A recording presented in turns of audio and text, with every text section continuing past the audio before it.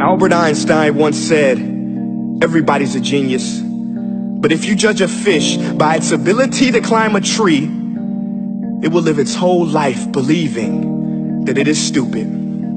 Ladies and gentlemen of the jury, today on trial we have modern day schooling. Glad you could come. Not only does he make fish climb trees, but also makes them climb down and do a 10-mile run. Tell me, school, are you proud of the things you've done?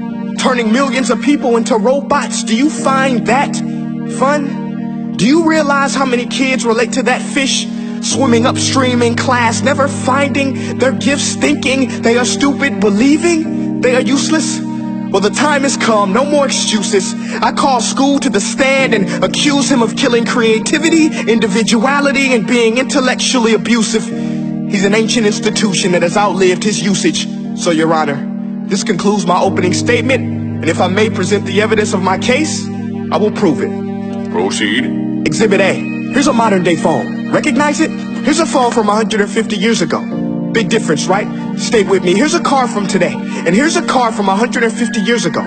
Big difference, right? Well, get this. Here's a classroom of today, and here's a class we used 150 years ago. Now, ain't that a shame? In literally more than a century, nothing has changed. Yet you claim to prepare students for the future? But with evidence like that, I must ask, do you prepare students for the future or the past? I did a background check on you and let the record show that you were made to train people to work in factories, which explains why you put students in straight rows, nice and neat, tell them sit still, raise your hand if you want to speak, give them a short break to eat, and for 8 hours a day tell them what to think. Oh, and make them compete to get an A letter which determines product quality, hence grade A of meat.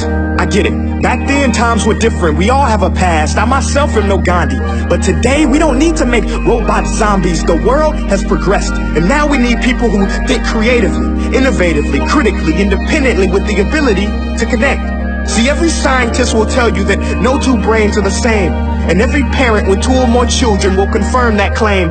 So please explain why you treat students like cookie cutter frames or snapback hats, giving them this one-size-fits-all crap. Watch your language. Sorry, Your Honor, but if a doctor prescribed the exact same medicine to all of his patients, the results will be tragic. So many people would get sick, yet when it comes to school, this is exactly what happens, this educational malpractice, where one teacher stands in front of 20 kids, each one having different strengths, different needs, different gifts, different dreams, and you teach the same thing the same way?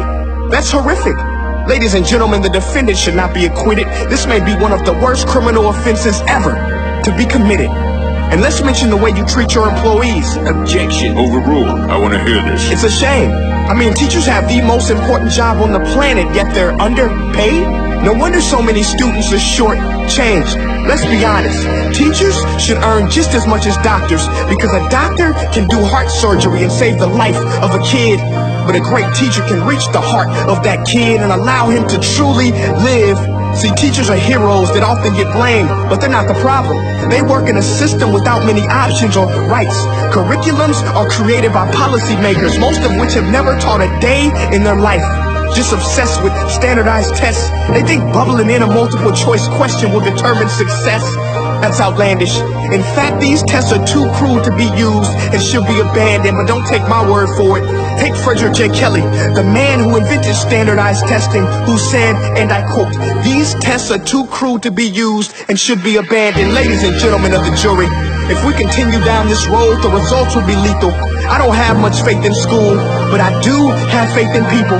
And if we can customize healthcare, cars, and Facebook pages, then it is our duty to do the same for education, to upgrade and change and do away with school spirit, because that's useless. Unless we're working to bring the spirit out of each and every student, that should be our task. No more Common Core. Instead, let's reach the core of every heart in every class. Sure, math is important, but no more than art or dance. Let's give every gift an equal chance. I know this sounds like a dream, but countries like Finland are doing impressive things. They have shorter school days. Teachers make a decent wage. Homework is non-existent, and they focus on collaboration instead of competition. But here's the kicker, boys and girls. Their educational system outperforms every other country in the world. Other places like Singapore are succeeding rapidly. Schools like Montessori, programs like Khan Academy. There is no single solution, but let's get moving. Because while students may be 20% of our population, they are 100% of our future. So let's attend to their dreams, and there's no telling what we can achieve. This is a world in which I believe, a world where fish are no longer forced to climb trees. I rest my case.